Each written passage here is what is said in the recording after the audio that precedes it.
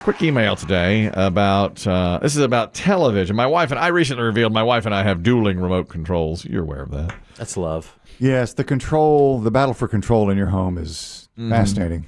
We've done that. Students should write papers on it. I get it, though. Oh, it's great. Do you, I get Biggie? it. I do. There's one next to her chaise. There's one next to my end of the sofa, and we just go back and yesterday. We were battling back and forth. I wanted to watch Pardon the Interruption. She wanted to watch the Entertainment Tonight from the night before, so we're back and forth on that, you know. Glad you two don't have the nuclear codes. That's what we do. And she ordered that. We got, one came with the television, of course, and then she ordered another for herself, which is surprisingly easy to do. No problem. She got on and paid you $10. Side note, isn't it astonishing how small remotes have become? Remember when they used to be the size of like a toolbox? Yeah. I think Apple TV changed that because their remote is tiny with about 4 buttons. And no words. And then I think others started going, okay, we need to take away some of this stuff that nobody ever uses. The buttons that nobody ever uses. Yeah, I mean, think about it, though. The old school remotes had tons of buttons. Oh, my God. How many did you use? But once you learned it, you could do anything. You could play it like a Stradivarius. That's right. That's right. I wonder if people just Apple's thing has always been no directions, you just figure it out, intuitive, that's how they do. A P1 listener emailed and said, I heard you talking about your dueling remote controls, and it reminded me of something that happened in my home many years ago. I wanted a new television. My wife was vehemently against. She said our old television was just fine. This is from a P1 listener who wants to remain anonymous. He said, I played the long game. I waited about 6 months, and very slowly I started changing the tint and the color on the television. All right. Over the period of about 6 months, I made it worse and worse and worse. And finally, she said, I guess you're right. We need a new television. And I got that television. I want to shake that man's hand. That is brilliant. Devious. Do the kids call that gaslighting? That's really on another level, isn't it? Yeah, that is gaslighting. That really is. Yes. That's gaslighting. But not just in words. No. He took it a step play. That is such a good idea. I don't think I would have revealed it. Yeah, that was really smart. He said it happened many years ago. Now, today, you can still jockey with the colors. You can still adjust. Yes. I think it takes you forever to find Where to go picture to do controls. Yeah, the advanced. Well, I have stereo surround sound. Well, I mean, if you're gonna, embrace something. Man, and I've gone deep diving into the television because there's one of my televisions that the lips of whoever's talking is just a tiny bit off from the actual audio. And so I went inside the television to really deep into the advanced settings to change up the speed of the video, I guess, or audio, so they match up. Can you do that? Yeah, you can. But it took me a long time to figure it out. How did it get off track? I think because we added the stereo sound. We added surround sound, put in the Bose You noticed speakers, it after that? and I noticed it after that. In fact, it's a television we don't watch all that often, but for Super Bowl coming up, when they're talking to the sideline reporter, I want the lips to match. And so you want it to be on the same play. Well, definitely that. But it's like a microsecond. You would never know. I mean, the play is right. You wouldn't be able to tell. But it's it's a fraction of a second, but it bothers me. So I went diving deep into it and changed up enough that it matches now. Really, really into the You can get lost in those minutia of the television. Places. This is about color as well. I wasn't that surprised to hear it, but a report claims that the color you wear when flying on a plane can get you certain perks. And do you want to guess the color to wear? I mean, without question. Perks? Yes. In fact, a flight attendant might give you an extra bag of pretzels or let you off the plane earlier or get you to your luggage earlier if you're wearing this color, and there's a psychological reason to it. Oh, my first guess would be red. That's exactly right. Red. It is red. Yeah. This report says that if you wear red, it makes other people subconsciously think that you're more important or of higher status. That's why politicians often wear a red tie when they're debating. Stands out. Stands out. Biggie, what was your thought process going into your selection? Stands out. Like if you're walking down a plane aisle and there's, a woman sitting there in just a red dress or red anything. I think red just grabs your attention. It's the reason they say don't buy a red car. They don't buy a red car because it stands out. Because cops will see it. Cops will see it more. I mean, if something red, I think, just by human nature, if something red goes by you, you tend to look more. I had a conversation with Chris Demm about a red shirt 27 years ago. No. Really? He's airing old grievances. This was early in the marriage. We weren't even married yet. True. We were just dating. We weren't even married yet. Yeah. And Chris Demm was wearing a red golf shirt, and I commented, "You don't usually wear red." And he said, "I'm changing everything up. I'm changing everything. My whole life is gone." And he said, "I don't look good in red, but I'm changing everything." That had to be a post-breakup thing. He doesn't even.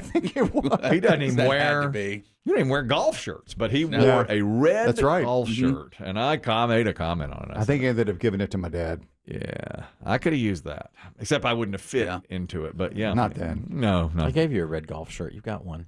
Yes, Dave, and I have a red. Yes, Dave, I do have a red That was golf shirt. 15 years ago. Yeah, that's right. And you still wear it. And I wear it in the summer, and you always say, "Oh, it just hangs on me, but it'll So fit you blousy. just fine. It'll fit you just fine." That red Joy boy. worn through the years. No, though. but that's Foot Joy Boy. I got 2 Foot Joy Boys in the closet. I know. Yes, I do. One of the worst outfit choices I ever made as a young husky boy was much similar to Chris Kelly's story when he bought the full Michael Jordan outfit.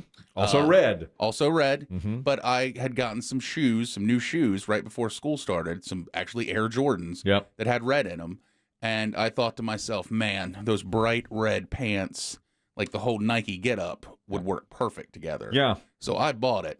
But red is not a husky person's color. No. And when I got to school, it was just like, oh my God, what are you wearing? Well, we live the same thing. Because you know my Michael Jordan. Comes big red. is a big time. big And I red. never wore you know what? That was an expensive outfit. I wore the shoes a bunch. I never wore the red pants or the red jacket again. Well, according to this report, and I do believe it, it's that if people see you wearing red, it's subconscious that you are of higher status. So if you're on a plane, they'll often give you a seat upgrade or an extra snack or just something because just subconsciously they think you're more important than the other passengers because you're wearing red. They don't even know they're doing it. No, they don't even know. it just is. It's bold. It stands out. You give that person more credit immediately. It's tough for me. I'm a winter, so I don't wear a lot of red. Yeah. No, I'll do it. Yeah, I'm a blue, gray, black guy now. That's it. Me too. But my wife says I should wear more bright colors, to bring out my sizzling personality.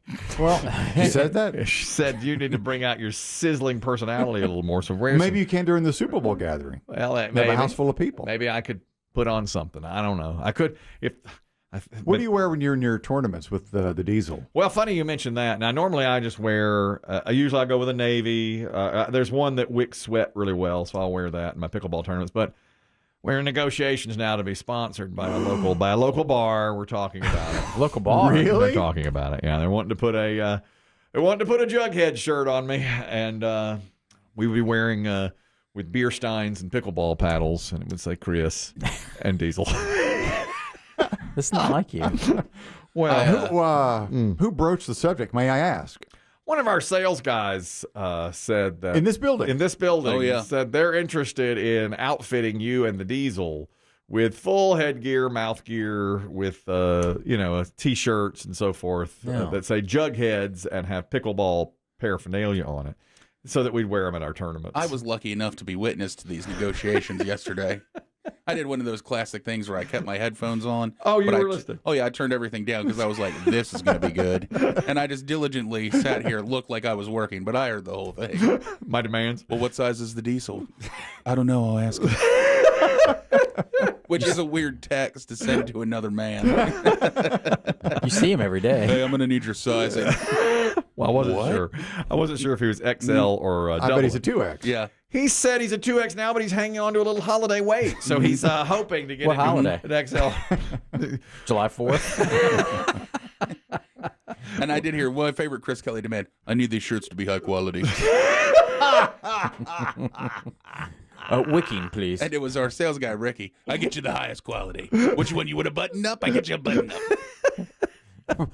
I can't wait for all this to go down. Yeah. We're going to have a whole line. And I said I would wear them in here, and I would also wear them on... I'm sure this is a contract violation. Gotta be. On multiple levels. Could be. None of it sounds right. I may bump with Yeah. legal. I don't know. Legal and HR haven't got it. Our HR guy's getting a camera up his butt today, so he's out.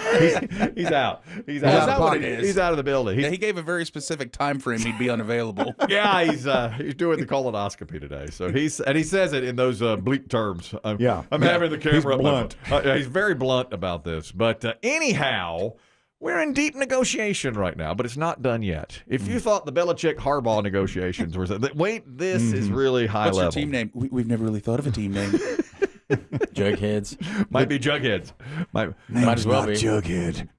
What did they call us last time behind my back? I was in the bathroom. They didn't know I could. Oh, those two goons from Greensboro. Yeah.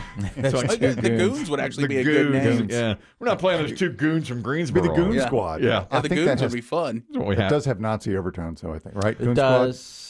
But so does my haircut. So really, I mean, you know, It's not a good time for we it, though. could. No, you're right. There's never really a good time. Wait about 10 months. There's never really a good time for that, I don't think. Another plane story. A passenger aboard an Air Canada flight from Toronto to Dubai opened the cabin door and fell to the tarmac below before takeoff recently. That's a bit of a ride, isn't it? You know, Yeah. because of course the plug just got sucked out of that one. Yeah, but they weren't even in these the air. They weren't in the air. These guys were not in the air, and he did it intentionally. He Was he drunk? opened the cabin door. No word, but it was after a lengthy delay. Of course, everybody had to get off the plane, and it took hours for them to get back on the plane. And so every passenger, as you can imagine, was really mad. And they had an expert speaking on this and said, you've got to stop doing this. It's very easy to open these doors. On the ground, before it's armed, it's much easier to open the door. The handle that you see is pretty long, so it makes it easier to open that door. That's the design of it. That's Ross Amer. He's an airline consultant, and he says that he's surprised this doesn't happen more often because people can easily just reach over there and open it up. And then he says, you've got to be educated on this, and it causes everybody nothing but headaches. Do we get to a point that we need mental competency tests before they board passengers? When you see people doing things like this, it's just unbelievable to me. Yeah. If you were Dumb as it gets. taxiing in an airplane like that, you know, because clearly, I mean, you can pop anything open when it's not pressurized. If you were on that jet and you were getting ready to go to Dubai, and you could see this guy unbuckle, would you unbuckle and tackle him? Well, I wouldn't, because I wouldn't know where he was going. But then once he gets near the door, I think I would try to intervene. But if he's just unbuckled, of course, you're not supposed to be unbuckled. I know. You're right. Yeah. I don't think I would. Would you, if you saw him just walking? I don't know. Do you try to make eye contact with the person next to you and say, "Hey, look, What's this guy doing? what is he doing? We can't let this Or happen." say to a flight attendant, he's up. Yeah, I but mean, they're in their seats. They're true. up That's front. right. They may not see it. I mean, you could hit the call button, but Yeah. What's They're that not gonna do? coming. they're not coming then. Not when you're taxiing. I'm not sure what I would do. What a strange situation. You know, if you're supposed to be buckled in and you're rolling, and somebody gets up when they're not Now, supposed if he's in the exit row aisle anyway, there's nothing you could do. No, because he can just open up the door, which he He's did. right there. Exactly what he did. There's another flight. But lights go off in the cockpit when the door's open, right? I mean, don't know. the pilot, don't they know if the door's been opened? Like in a car. Yeah. I have no idea. I mean, there's got to be a light that says, hey, door's open.